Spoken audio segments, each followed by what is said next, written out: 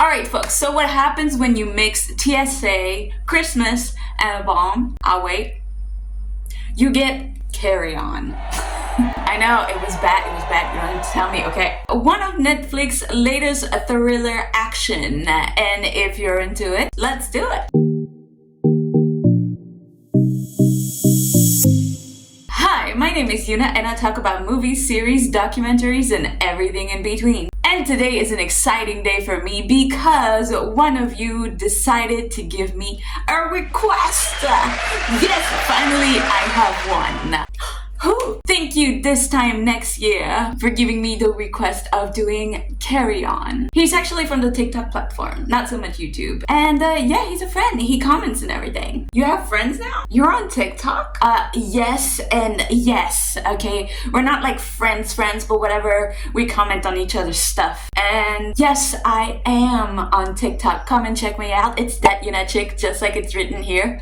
Yes, just, I know it's just clips of the long content form, so it's not like you're missing out much. But anyways, he commented, and thank you so much this time next year for your suggestion. I hope you enjoy it. Also, I love all the animals you post with.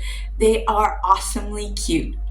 Just saying. Alright, so let's get into it. Carry On is Netflix action thriller directed by Jamais Colette Serra. It's actually the guy who also gave us The Jungle Cruise and The Shallows.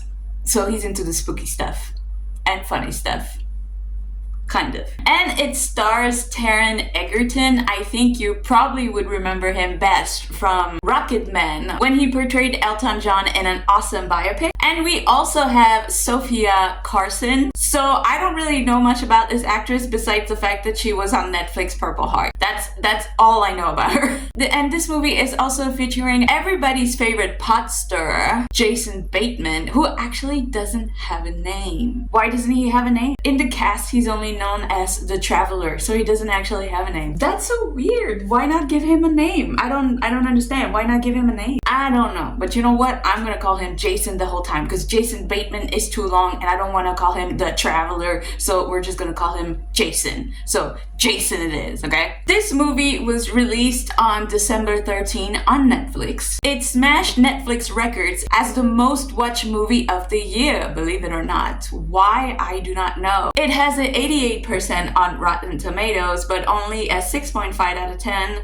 on IMDb. So, let's see why this movie is so watchable. So there's a lot of characters in this movie, there's a lot of keys, there's lots of things happening, lots of details, but I'm gonna mainly name 4 of them, okay? So first we got Ethan Kopech, which is Taron Egerton. Now Ethan is a TSA officer that is dreaming of being a police officer. But his dreams was crushed when he had to lie about his dad's criminal past, and that made the police force uneasy, so they didn't hire him and he never tried again. Sadly. Also, he's got like a pregnant girlfriend who's always talking about going to Tahiti. Now, moving on to the girlfriend. So, girlfriend is the Purple Heart girl, obviously, Sophia Carson. But in this movie, her character's name is Nora, and she is the pregnant girlfriend. And honestly, she just seems like a keeper. She seems very sweet. She stands behind her man. She's always trying to be understanding. She really does seem cool. I would want to be friends with her. You want to make friends? Who dis? So then we got detective in all of this, because of course we gotta have police involved. So Detective Elena Cole is being played by Danielle Deadwyler. I do not know this actress. I haven't seen her in other things. But she's the one running the show, okay? She's the one connecting all the dots and making sure that everybody's at where they're supposed to be for things to happen, which is a good thing. And last but not least, like I said, we have Jason Bateman, who plays a mercenary who wants to put a nerve agent bomb on a plane. And he has great comedic timing. That's who he is. Again, no name. We're calling him Jason. Alright, now that we have the characters down, let's go into the story. This movie is a full 2 hours and it has a lot of details, okay? So I'm gonna shrink it down as much as I can to make this video as short as I can, okay? Because I've noticed that when the videos are too long, people don't like it. But when the videos are short, people don't like it either because they're like, well, you missed this detail and that detail and this detail. You can't have both. Okay? So I'm gonna try to do it short, giving you the most possible details at the same time. Alright? Deal? Good. It's Christmas Eve, and Ethan is just trying to keep his head down. He just found out his girlfriend is pregnant. They're having a good time. It's Christmas Eve. They know it's gonna be a long day at the airport in LAX. They're just trying to make it through. He receives, weirdly, an earbud and a message telling him, put it on now. Which in turn puts him in contact with a ruthless mercenary who is Jason, who orders him to let a specific carry-on pass through the scanner, or his pregnant wife gets...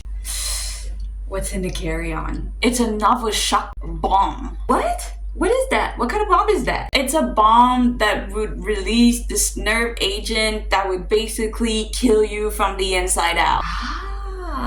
That doesn't sound nice. Also, how are they gonna kill his girlfriend? That's a good question. He actually has a watcher that's in the parking lot with a sniper gun ready to shoot Nora in the head if Ethan does not comply. So Ethan is a little bit of a panic right now. Obviously, he feels just a little bit of pressure right now. And he can't just go ask for help, but because Jason is watching his every move. He's got camera on him and everything, and he knows this because Ethan tries to reach 911 twice, you know, and got caught twice, and it was not a good outcome. Each time he had to pay for it dearly. So we know he just can't call for help, okay? He is on his own for this one. So desperate, obviously, Ethan, trying to be clever, writes a note to a security guard with an invisible pen. The pen is very much visible, but the ink is invisible. So, you know, he does the thing in the invisible ink, and then you gotta like shine a UV light on it, and then you see what's written, right? And he tries to do that, but again, like I said, Jason is watching his every move, and he caught up to him quick. And on his way out, even though the guy had the note or whatever and read the note and knew, he quickly slits his arm or something, releasing an agent that gives this poor security guard a heart attack, and he dies on the spot. Due to all this commotion, Ethan's boss sees that and decides to reassign Ethan because he was not actually supposed to be there. You know, he was trying out for a promotion, and he was like, hey, give me a shot and like I'll be better. And he was like, it's not the time to try new things. I can see that, you know, things are disturbed. We've just lost an officer. You can go back to your original spot. Which does not make Jason Bateman happy. He's like, I can't tell the other person what's going on. So, you know, we gotta keep this close, and you gotta figure out a way for you to get your old station back. And he's like, I don't know how to do that because I was reassigned. And Jason is like, find a way. So the only thing he could actually think of is sabotaging his replacement by switching his coffee with an alcoholic drink, like an Irish coffee. Basically just like, you know, spiking his drink with like lots of, I think it was whiskey, was it Fireball? I don't know, 2 tiny bottles of something in the coffee. Snitches on his boss and say, hey, the guy is drinking, you know, and then boss go checks on him, and he's like smells the coffee, and he's like, oh yeah, you're out of here. Ethan, go back to the station. So he's back on the station. Now Jason's back to being happy. The guy with the suspicious carry-on is coming through, and of course Ethan listens to Jason and let him through, finding out about the bomb and the nerve agent that is in there, thinking, oh my god, this is going to kill so many people. And even though he does seize the bomb, he can't really do anything, but he does look at the boarding pass of the person carrying the carry-on. His name is Mateo Flores, and he makes sure to remember that. Meanwhile, across town, we get Detective Elena Cold investigating a murder that just happened this morning, who happened to smuggle out the actual agent, the substance, Novichok.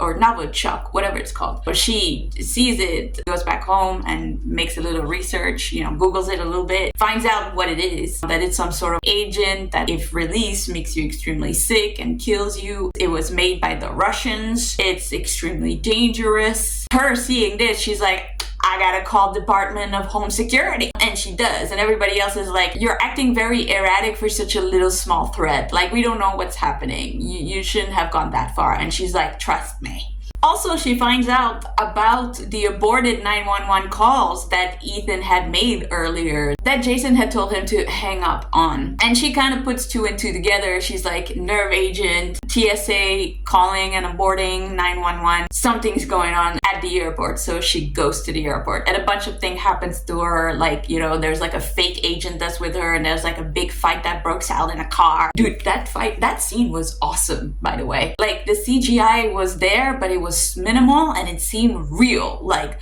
wow, what a scene. What, like, the footage of it was kind of crazy. It was cool. The action in this movie is awesome, I have to say. For someone that's not big on action, I was like, yeah.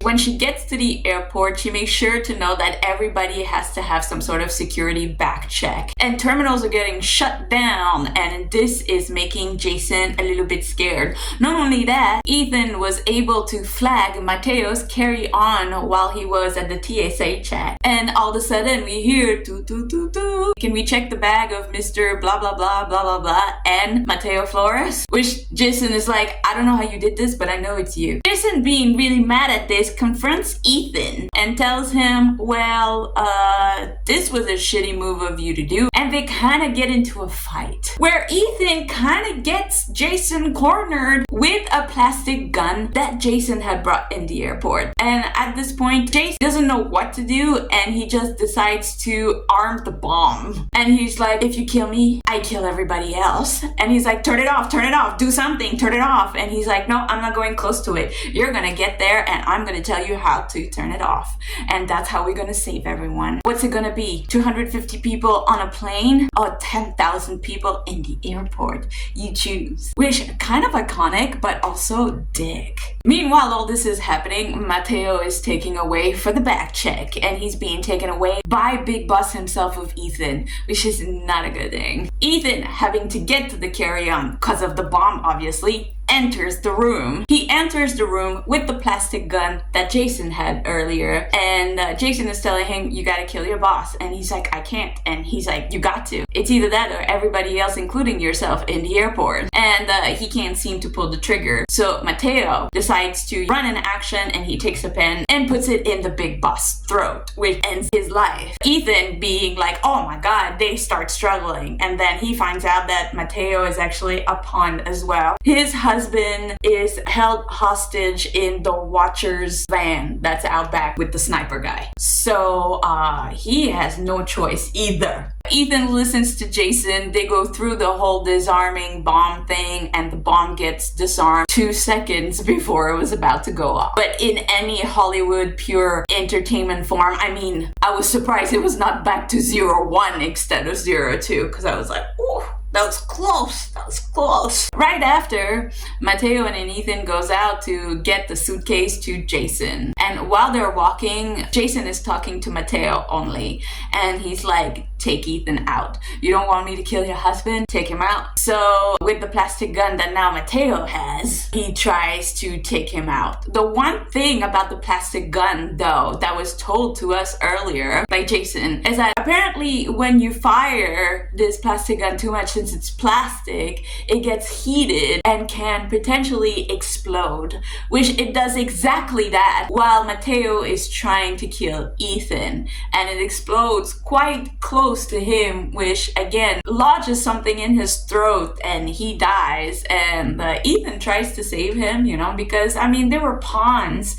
They didn't want to do anything hurtful, but they were in a position where they had to because their loved one was in danger. And he just says sorry and then passes away. It's sad, actually. Of course, Jason, out of all this, is able to take the suitcase and run with it and go board the plane. As the tension keeps rising up, because I swear, this movie, you're just like at the edge of your seat at all time. You're like, what's happening next? Detective Cole understands who is the target, which is Congresswoman Grace Suarez Turner, who's on the flight to DC. The plan, if you ask me, to frame Russia with this attack to push the US for more weapon funding. That's the real truth. Wait, you telling me it wasn't even for a good cause? I mean, when is terrorism ever for a good cause? Jason is boarding the very same plane as the Congresswoman. obviously. But he did not notice that while Jason and Mateo was transporting, the bomb and everything, Ethan had switched the suitcase to one that was exactly the same one as the other one, just slightly bigger. Slightly bigger. So when Jason's arrived to the plane and tries to put it on the overhead, it does not fit. And when it does not fit, where does it go? It goes into the cargo hold. Jason fights the stewardess for a little bit. She's like, no, but I want to keep it here. But the stewardess is like, look, it's too big. It just can't fit, okay? You've been flagged already. And he's like, okay. So she puts the suitcase in the cargo. Meanwhile, that's happening. Ethan is sneaking onto the plane through the cargo hold. And Nora, the girlfriend, is trying to tell the detective, keep the plane going. Don't let Jason think that there's any problem so that you can go on. And my boyfriend's already dismantled this bomb once, he can do it again.